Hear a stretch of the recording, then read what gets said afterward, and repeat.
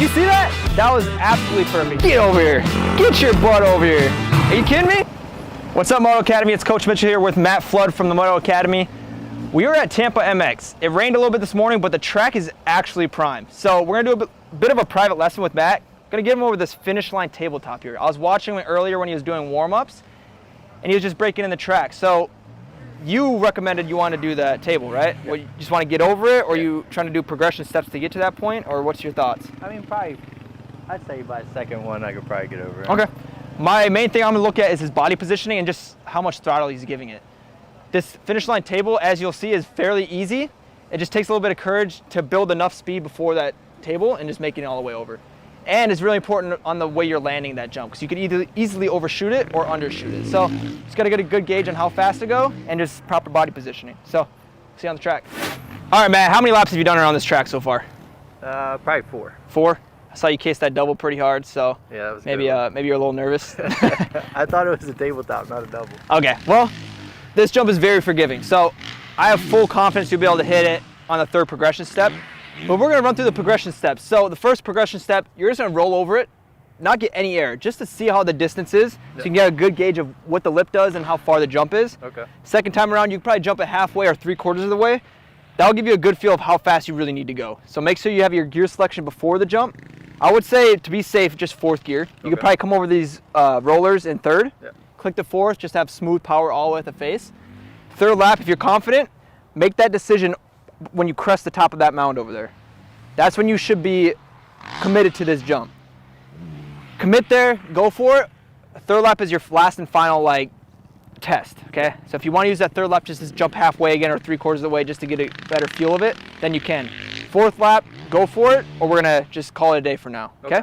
So let's go through these progression steps one at a time. So progression step 1, go over it, come back here and we'll chat, and then progression step 2 and they're on, okay? Sure. Perfect, fire it up. This one is actually really forgiving. If you go a little long, you'll be fine.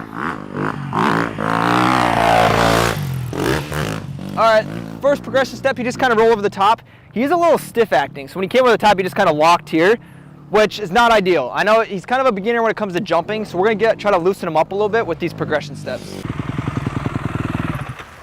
All right, how'd that feel?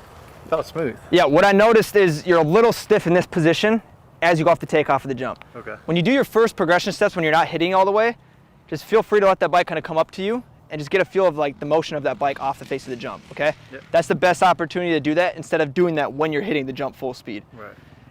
That makes sure that you're not just free floating. Because what you're doing is you're locking this position, and if your bike kind of unloads a little soon and you're not predicting that, you just kind of float there.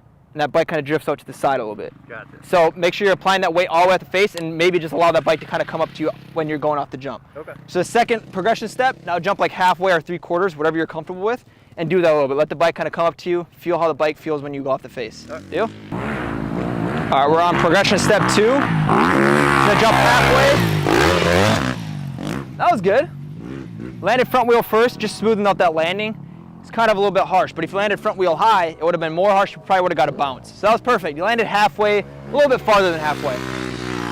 He's onto the 3rd progression step now. We'll see if he goes for it, but the 3rd time is his final chance to just kind of sight it up. So 4th chance is his last chance. All right, here's the 3rd progression step. He sent it. So he came a little bit short. He could have pitched that front end a little bit lower because he kind of pushed his head back, which brought his front end high. Would have made it a lot smoother landing and probably a little bit safer, but that was okay. This jump is very forgiving, so he can get away with that. You need to be careful when the jump is a little sketchy on the landing or a steeper face of a landing, because that's when it can get hairy. So he's okay. Let's just see if he can carry a little bit more speed on this 4th go to make it clean over the backside. So this jump doesn't have much of a pop to it. It's pretty flat jump face. So it requires you to carry more speed than you probably think, and you have to adjust your body weight earlier than you probably think as well. If you wait too long until you're in the air, it's harder to get that pitch of that front end down. So make sure you're keeping that chest over the front of the bike as you're on the takeoff.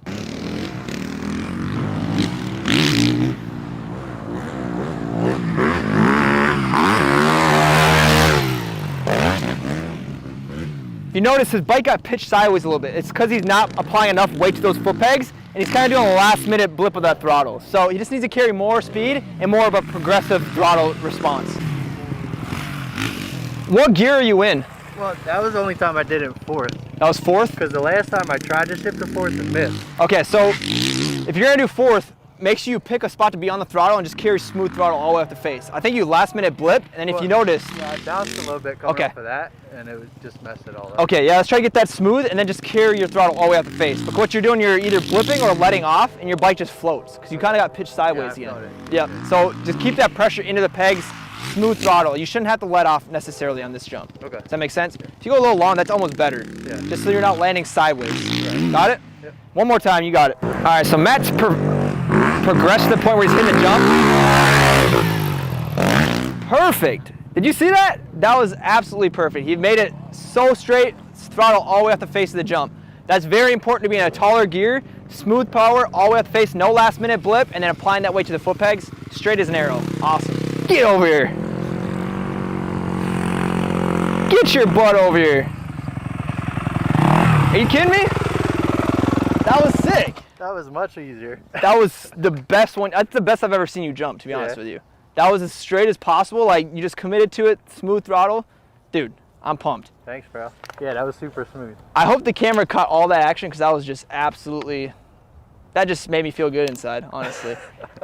So now we're going to get Matt over more jumps today, because like now he's got that down. These jumps are fairly easy. It's just about committing and being in that right body position off these jumps. So good job, Matt. Thank you, man. We're going to continue to work with the team, so stay tuned for more videos.